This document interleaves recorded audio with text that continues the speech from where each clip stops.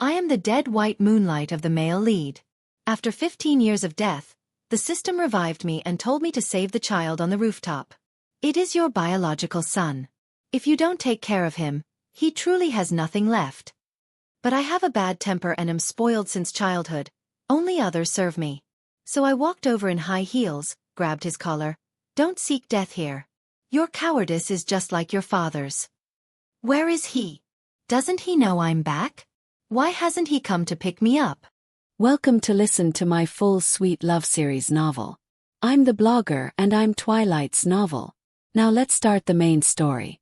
Leo looked at me quietly, his expression seeming momentarily dazed but quickly returning to a calm surface. He tilted his head slightly, not knowing what he was thinking. I clicked my tongue impatiently and ordered him, "Call David." He took out his phone after a while and dialed a number. The phone rang for half a minute before a busy signal indicated no one picked up. I narrowed my eyes. David dares not to answer the phone? He's grown bold. Leo seemed used to it and was about to put the phone away. I snatched it and dialed 3 or 4 more times. The call finally connected, but it was a clear female voice. "Sorry, Mr. David is working. Please don't disturb." She hung up without giving me a chance. I almost threw the phone but remembered it wasn't mine. I put my raised hand down and gritted my teeth angrily. "All right, that guy, just wait."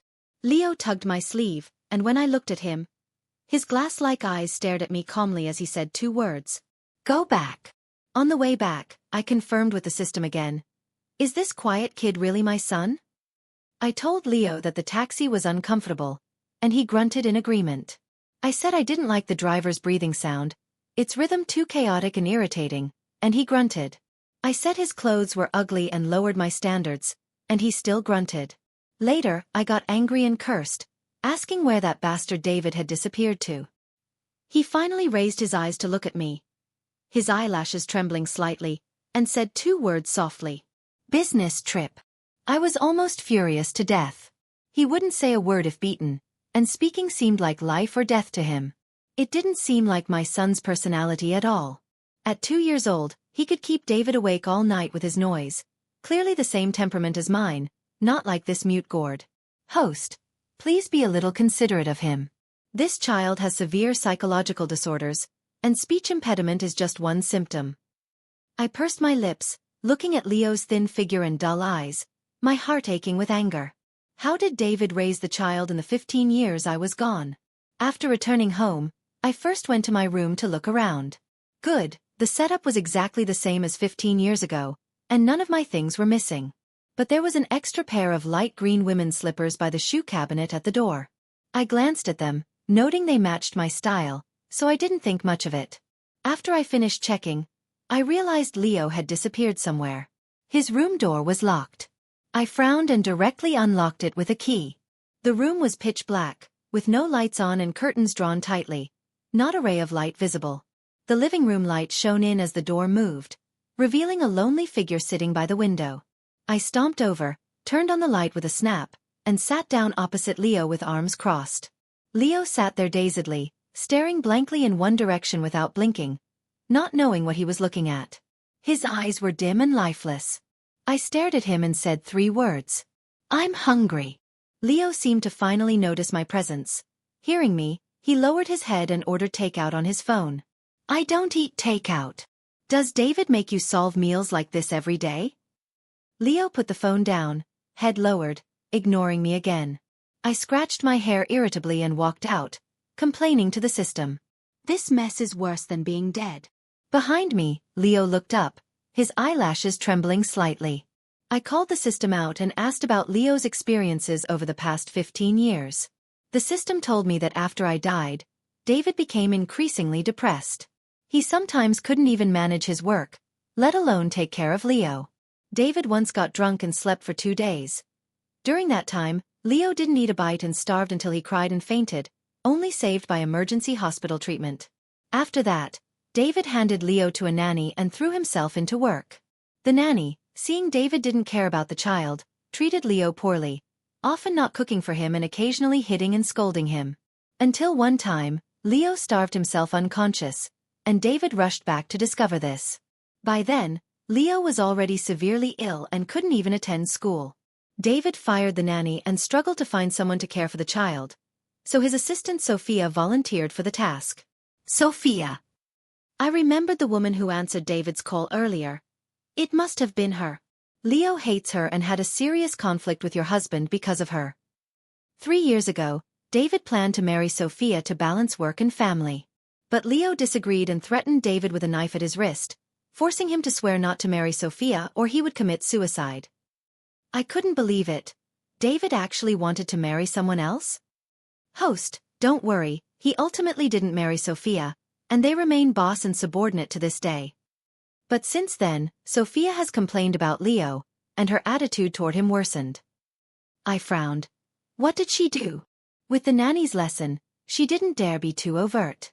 But she told Leo every day that your mom won't come back. Be sensible and don't make things hard for your dad. David needs a wife who can stand by his side as a right hand, not a dead white moonlight. I laughed coldly. All right, what a right hand. Host, what do you plan to do next? David's brains are waterlogged. I'll just knock it out for him. I smiled playfully. And that's Sophia, using such tricks against my son, she'll get what's coming. But I didn't expect to confront Sophia so soon.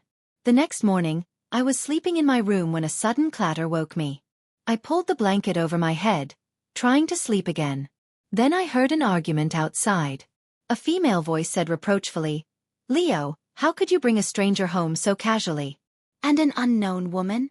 I know you've always disliked me being around Mr. David, but you can't fight back like this. Where do you put Mr. David? What do you think of yourself?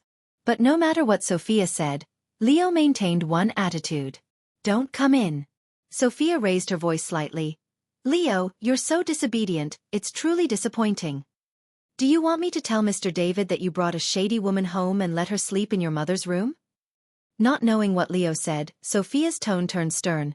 If that's the case, I'll have Mr. David discipline you himself. Playing with my nails, I laughed and opened the door. Leo saw me come out and frowned slightly. Did I wake you? No, it's about time to get up. Sophia looked me over. You are quite pretty, no wonder you've seduced Leo like this. But as long as I'm with Mr. David, I won't allow someone like you into the family.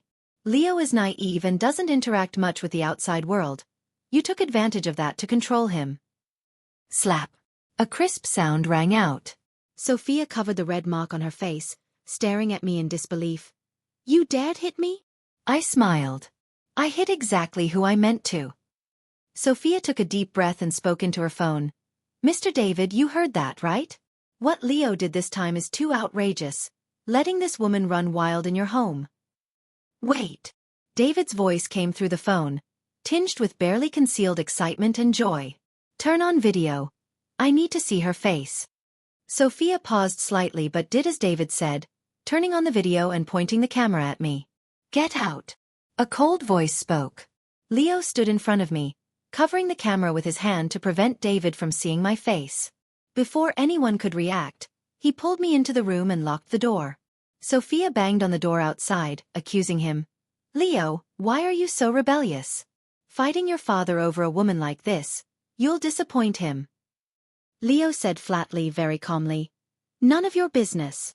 Sophia cajoled and threatened outside, but it was useless. Even when she complained to David, Leo ignored it.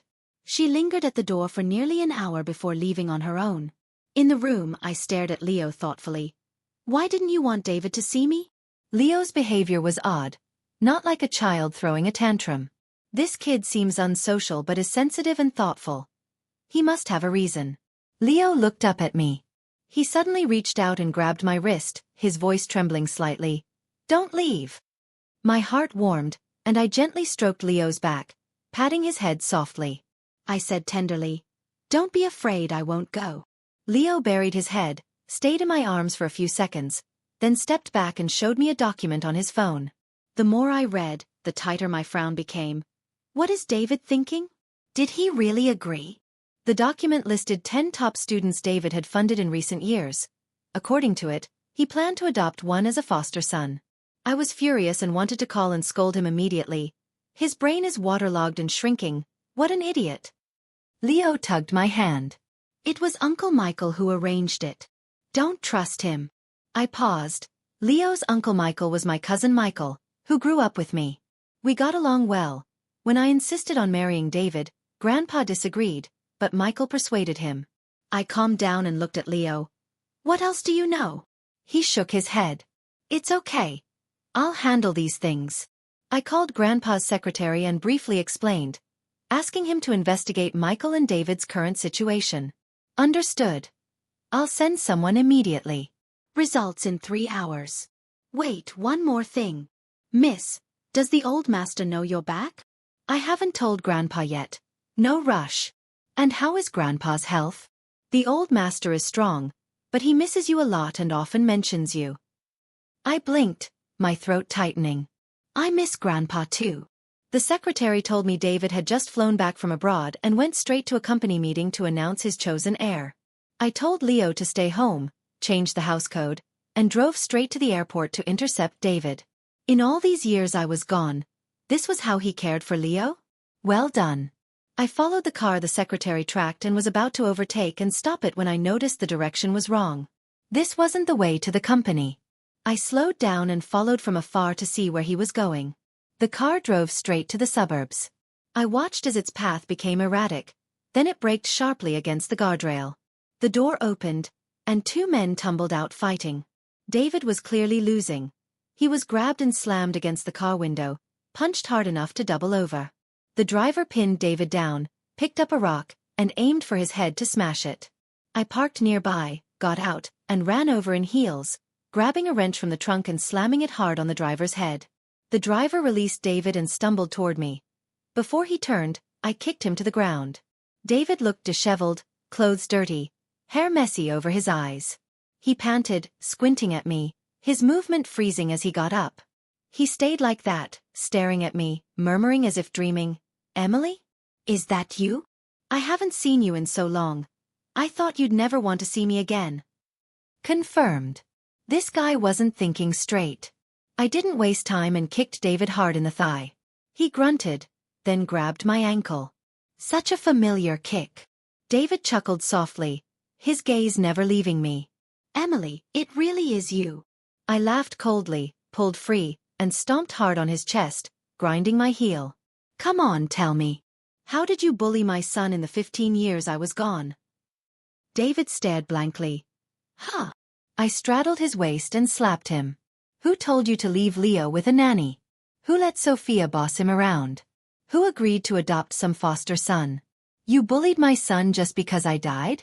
Did you ever care about me or Leo?" David grabbed my hand, eyes reddening. "Sorry, Emily. In the first years after you left, seeing the kid reminded me of you. Many times I wanted to join you. I had no choice but to leave him to others.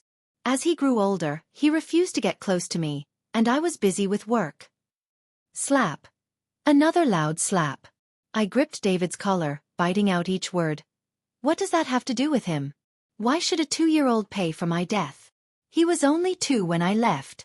He was so small, what did he know? He lost his mom young, and you ignored him.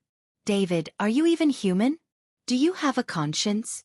David took several slaps quietly, then secretly reached for my hand. Tears welled in his eyes, his refined face covered in red marks, looking terribly bullied. "Emily, I was wrong. I won't dare again." I slowly released his collar and said coldly, "You'd better have a plan, or I'll make you pay for this mess today." David moved closer, nuzzling my neck and holding my hand. He adjusted his glasses and smiled at me. "Don't worry, Emily. I know exactly what to do." From the day I met David, I knew he wasn't someone to mess with. He rose from the bottom, cautious and scheming step by step. I was spoiled and headstrong since childhood, protective and fearless. For the next 2 years, I shielded David. The year we graduated, his mother still didn't make it and left him. David lost his soul, kneeling by the bed for a long time, holding her hand, tears streaming. He said, "Emily, now I only have you." I held him and told him it was okay. I'd stay with him. A month later, I married David against Grandpa and my family's wishes. Soon, I was pregnant. David was overjoyed, guarding me like a treasure, flipping through books to name him Leo. He said, "You are my moon, he is my star. With you both, I'm so happy. It was a beautiful time. Until Leo was 2. I died in a car accident. I called the police. After the driver was taken away, I took David straight to the company. He told me Michael had been secretly fighting him for company shares all these years. After I left, Grandpa never treated him well and barely cared about Leo, so he ignored matters. Michael wanted him to adopt a foster son to divide his power. Because Leo was turning 18, he feared Grandpa would give shares to Leo. Some of those kids are my people. I plan to go along. But Emily, you're back. Everything is different now. I thought, so all these years you've been fighting Michael? Yes. David sighed softly. Your grandpa doesn't trust me. I have little say in the company, Sophia is Michael's person, and I could only fight slowly. 15 years passed just like that. He looked at me, eyes reddening again. I always suspected the car crash was planned, but the culprit hid too well. All signs point to Michael. I see. I laughed scornfully. That cousin of mine is truly cunning. Everything became clear. Grandpa favored me over him since childhood. To seize the heir position, Michael gained my trust over years, convinced Grandpa to let me marry David, then arranged my death to chip away at David and Leo's shares. I called the secretary and had him investigate the driver. I sent all David's findings for verification and deeper digging. Soon, the secretary sent me what I needed. As David said, Michael was behind everything. I opened the car door and nodded slightly to David. Come on, I'll take you back to fight. In the meeting room, Michael was announcing to executives. Grandpa's face was on screen. After discussion with Mr. David, we decided to adopt Su as his foster son. He'll join company affairs later. The door burst open. David walked in and denied it flatly. I never said I'd adopt any foster son. The moment he appeared, Michael frowned imperceptibly, then smiled. David, we agreed yesterday on the candidate. Why change your mind now? Someone added, Leo isn't promising. Training a capable heir isn't bad timing. David looked at the screen. Do you agree, Grandpa? Grandpa on screen listened silently. My heart sank slightly. David said Grandpa didn't trust or care about Leo. I thought it was exaggerated, but it was true. Leo isn't unpromising. I walked into the meeting, scanning the executives, then looking at Grandpa, saying word by word, he is my son, Emily Chen's son. He'll only be better than me. Michael broke the silence first, his face strange but forcing a gentle tone. David, where did you find this girl? She looks a bit like Emily. Yeah, exactly alike. I almost thought it was really Emily.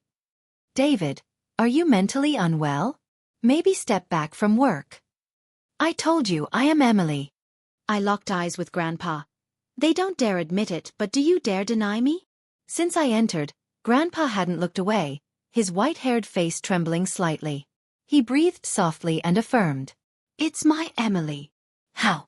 Impossible. Emily died 15 years ago. Sir, are you mistaken? This can't be real. Why not? I smiled. 15 years ago, I didn't die. I was in deep sleep. A research institute preserved my body with cryogenic tech. I regained consciousness a year ago and was freed half a month ago. But why? Why hide it from us? It was Grandpa's plan. To keep it secret, even David and Leo didn't know I was alive. Grandpa and I were always in sync. No discussion needed, he understood. Grandpa nodded. Yes, my plan. The executives looked thoughtful, calculating. Only Michael couldn't smile, his lips pressed down. I didn't let him off easily. I heard while I was gone, Cousin Michael pushed David to marry someone else? What's her name? Sophia. I recall Sophia and Michael were high school classmates. Emily. Michael cut me off. No one knew you were alive then. David was depressed. Sophia helped him at work and looked after Leo, so I suggested it. Now you're back, it's off. But you've been away for years.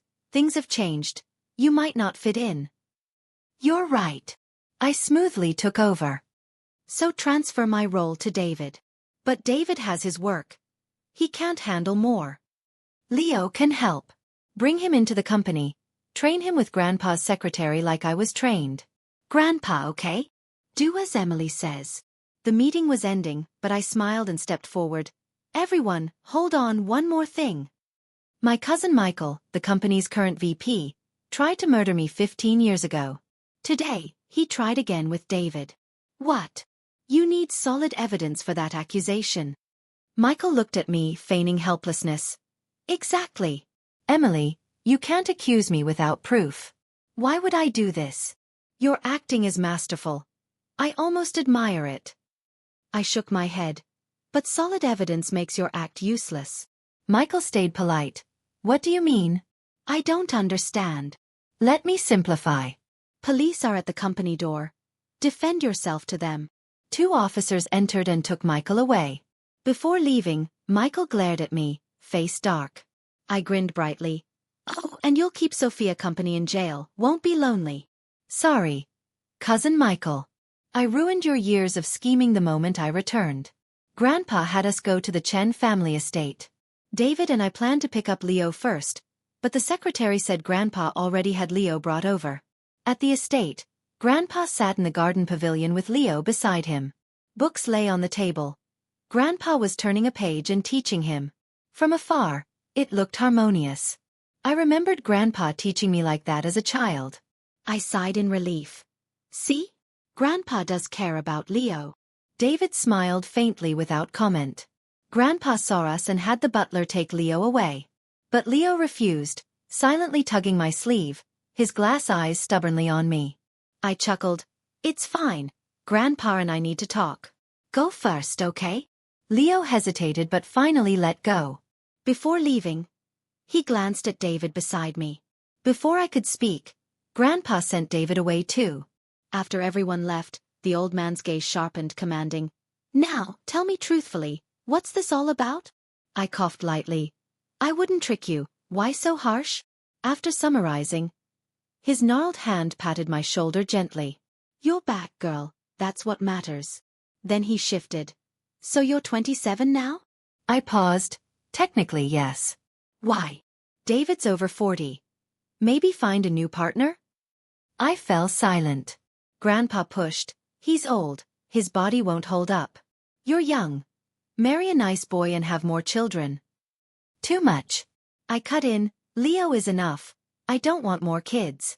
I miss too much with them. I want to be with David and Leo now. Grandpa sighed. Fine. I'll line up candidates. Change your mind later. I remembered something. Grandpa, Leo has mental health issues. I need to help him heal first. Company matters can wait. You handle them till he's better. He waved dismissively. Fine girl, always causing trouble. Dinner's ready. Let's go, don't keep them waiting. Leaving the pavilion, Leo stood waiting at the door. Seeing us approach, his eyes lit up like stars. I took his hand and smiled. Come on, let's eat.